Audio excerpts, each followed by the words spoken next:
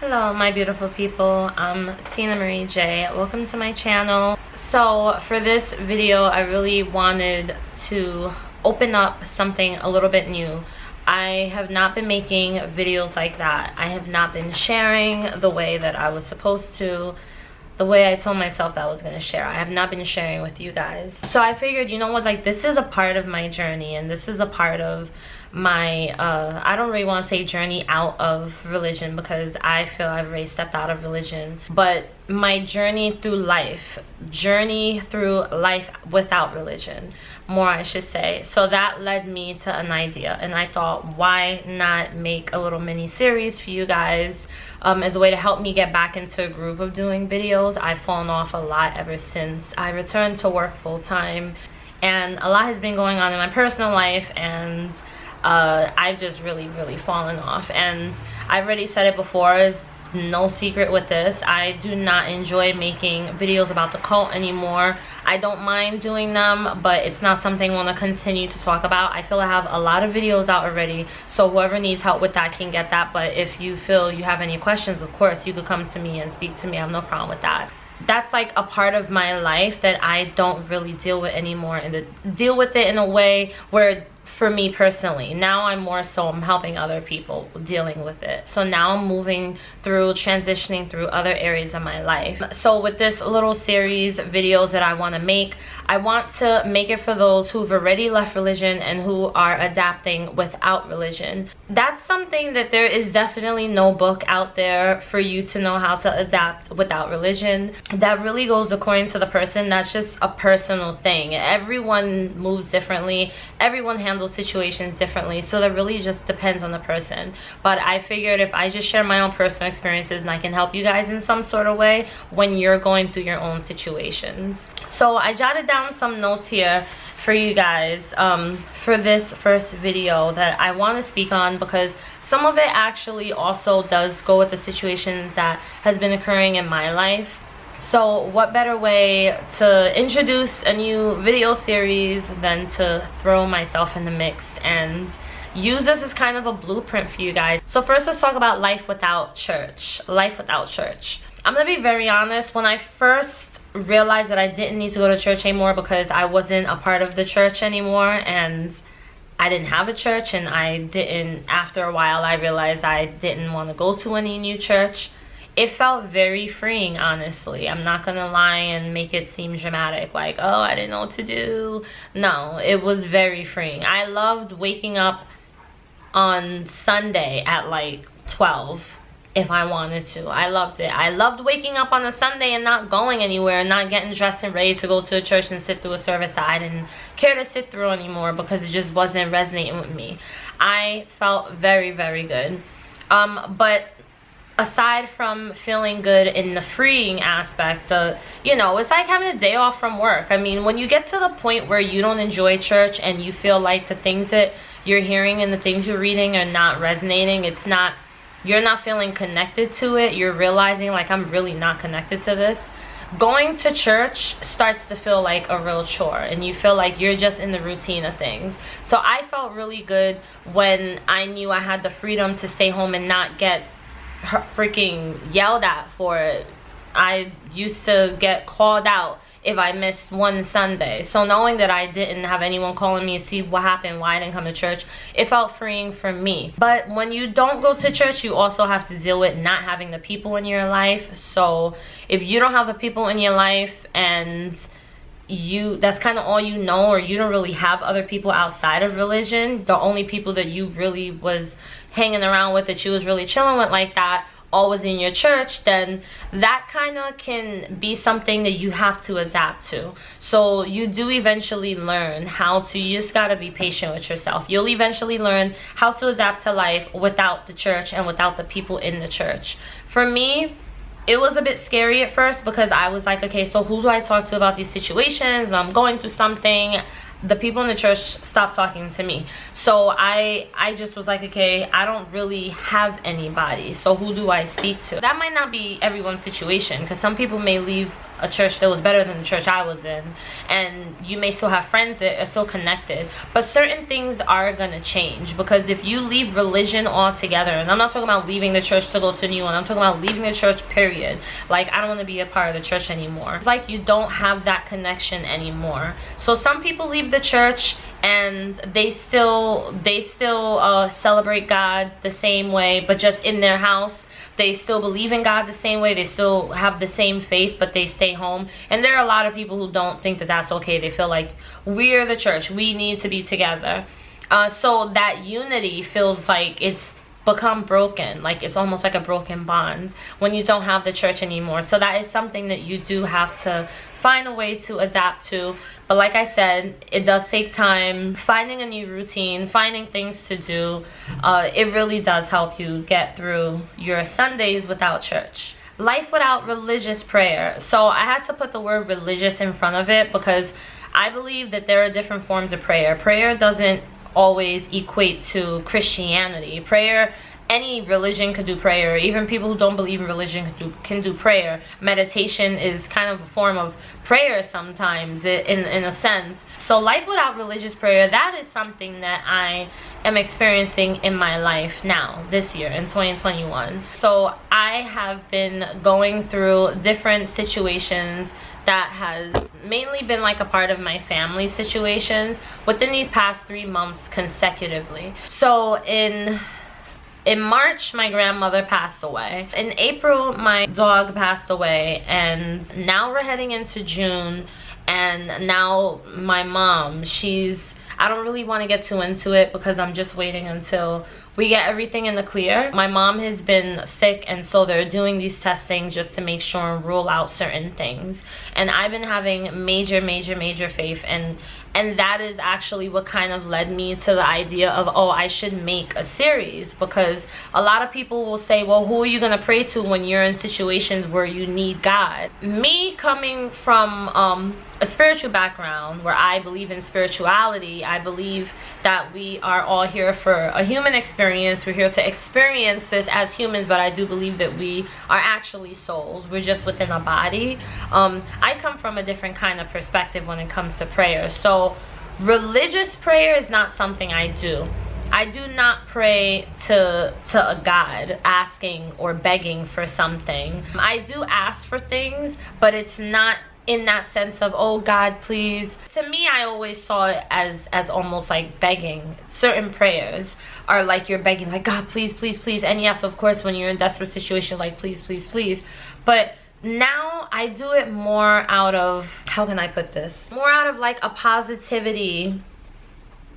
Like, I have a lot of hope and a lot of faith and a lot of belief in what goes on in my mind. I really believe that I can believe something into existence, and I have done that. So now when I have a prayer, it's more like this is what I'm asking for, and this is what I want. Now I'm gonna do my part to put forth the positive thoughts to manifest that.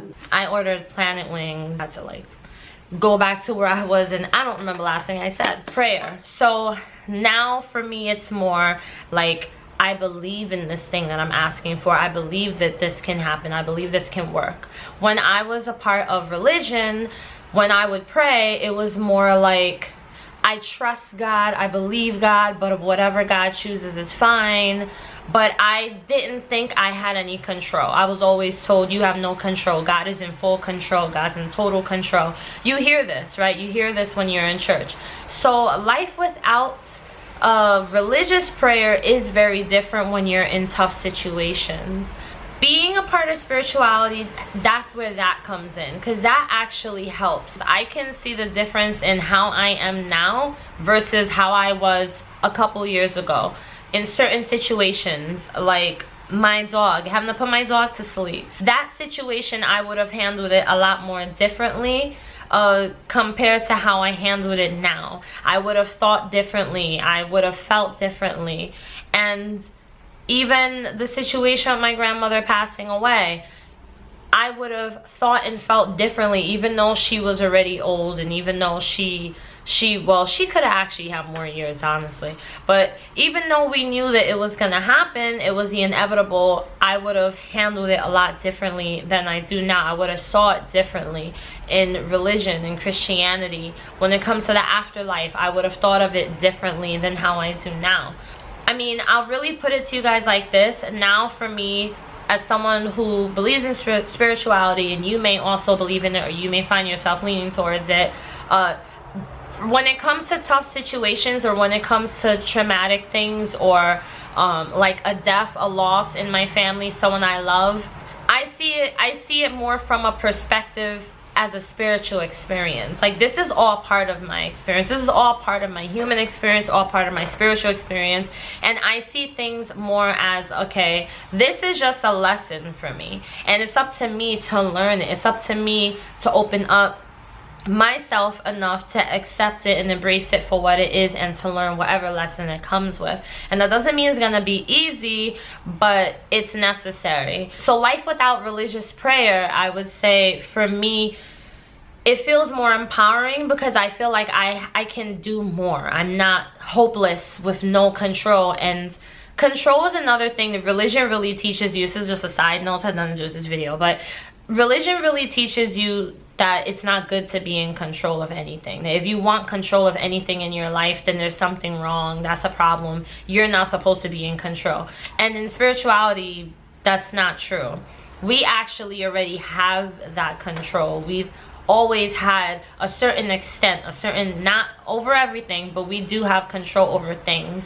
And we can manifest our own reality. I mean, as much as people may say, oh, you know, that's not true, you need Jesus, only God, only our Lord and Savior, that's fine, and all, that's your belief, but it's just the honest truth. Like, if you were to really try to believe something, you could actually make it happen. When it comes to prayer now, I would say that a lot of people who are not a part of religion, they may start meditating, or they may pray in ways of asking God, the creator, universe, whatever you may call it, for something, and then putting full focus and energy into seeing it happen. And that is basically how I pray.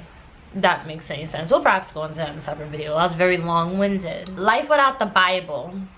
So this one was probably the most difficult one for me to kind of adapt to. So my situation was a little bit different, because I came out of a cult. So the Bible to me was something that I could not even touch for a good probably 2 years.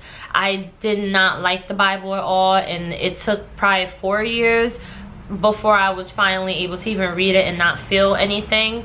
But I'll admit, I do still feel a certain way when I read certain things in the Bible. I feel very uncomfortable. Things that I ignored, and I just didn't, I don't want to say in denial, but stuff that I let pass because as a Christian, things that I allowed at that time, now I'm just like, what? No. Right now in this moment, I can read the Bible and disagree with it, but when I was a Christian, I just like let everything pass. So life without the Bible was difficult, because it was like a part of me wanted to still believe in it, because this is why I always believed in, because I was supposed to believe in this. You're supposed to follow God, you're supposed to follow Christianity, this is the one true religion. Now that I don't, it felt scary, because it was like, all right, I don't really believe in these things anymore, but then what am I supposed to believe in? What am I supposed to read? What's supposed to guide me? Where's my guide in life? Where's my guide? And that was how I felt when I stopped reading the Bible. But then after a while, I started to learn a little bit more about myself. I started to learn more about who I really am and what I really truly believe in. And then I realized that, you know, the Bible's pretty cool. It's a cool book and everything. This is my personal opinion. I think that a lot of the stories in the Bible are meant to help give you empowerment, give you strength, give you motivation, give you inspiration. And then there's some evil stuff that I'm just like, I don't know what that was about. Then there's other beautiful things in the Bible. Like the book of Psalms was always my favorite, and I wouldn't mind reading the book of Psalms. But when it comes to using the Bible as a tool to get through life, like this is my one thing. This is the one thing I need. Without this, I am nothing. I have nothing. No, I don't do that. I very openly will tell any Christian, I do not use the Bible as my guide through life. And they'll ask me, because I've had people ask me, and then they'll ask me, well, why not? You're supposed to. I'd be like, because I don't want to, because I don't believe that I have to. I think that's what I'm told I have to, but I don't believe that in order to have a good life I need to read the Bible, and this has to be my absolute number one. I do think there are a lot of things in the Bible that I believe that we should follow, because as humans I just feel like it's just the right thing to do, you know, like respecting and loving and all of that stuff, because I don't believe we were brought here for all the hate and the violence that happens. But you know, people are crazy. People are gonna do what they want to do. I mean, I honestly truly believe that when it comes to heaven and hell, I believe we're already in hell. This is hell on earth. I mean, when it comes to the devil, it comes to Satan, oh, because the devil this, the devil that, I believe the devil is here amongst a lot of people. I mean, people who do the most evil things and have no remorse. To me, that is Satan. To me, what goes on here in this world, the lies, the deceit, the violence, the crime, just everything, the murder, the, you know, just everything that goes on in this world, I believe that that's what makes it the hell. But at the same time, as us being human beings here on earth, I do believe that we have the ability to create a heaven here, but it takes a lot of people, it takes a lot of good positive energy to do that, and we're not there yet. We're not there right now where we can create that beauty, but we do have it. You'll find it around here and there, but we don't have it fully, and I don't think that's because, oh, the end of times is coming. I think that's because people are just doing stupid stuff. I mean, when it comes to natural disasters, that's something different. But when it comes to what goes on in the world, to me, that's just people, and that is, to me, hell. That had nothing to do with this video. I don't know why I just do that in there. So that's pretty much it. You might be able to relate to some of those things. The point of this video is just for you to understand that I have gone through all these different stages, and there are many more, but I am getting through it.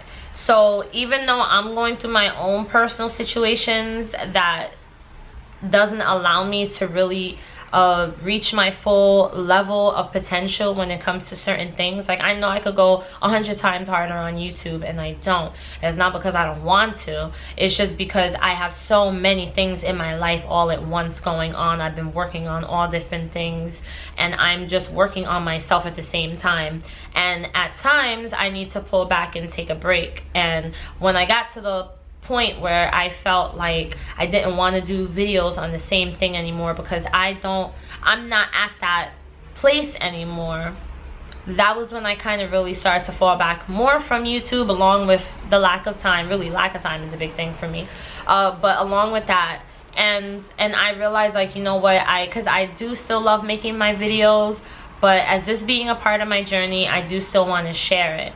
And I feel like a lot of these things that I just talked about in this video, a lot of people will be able to relate to.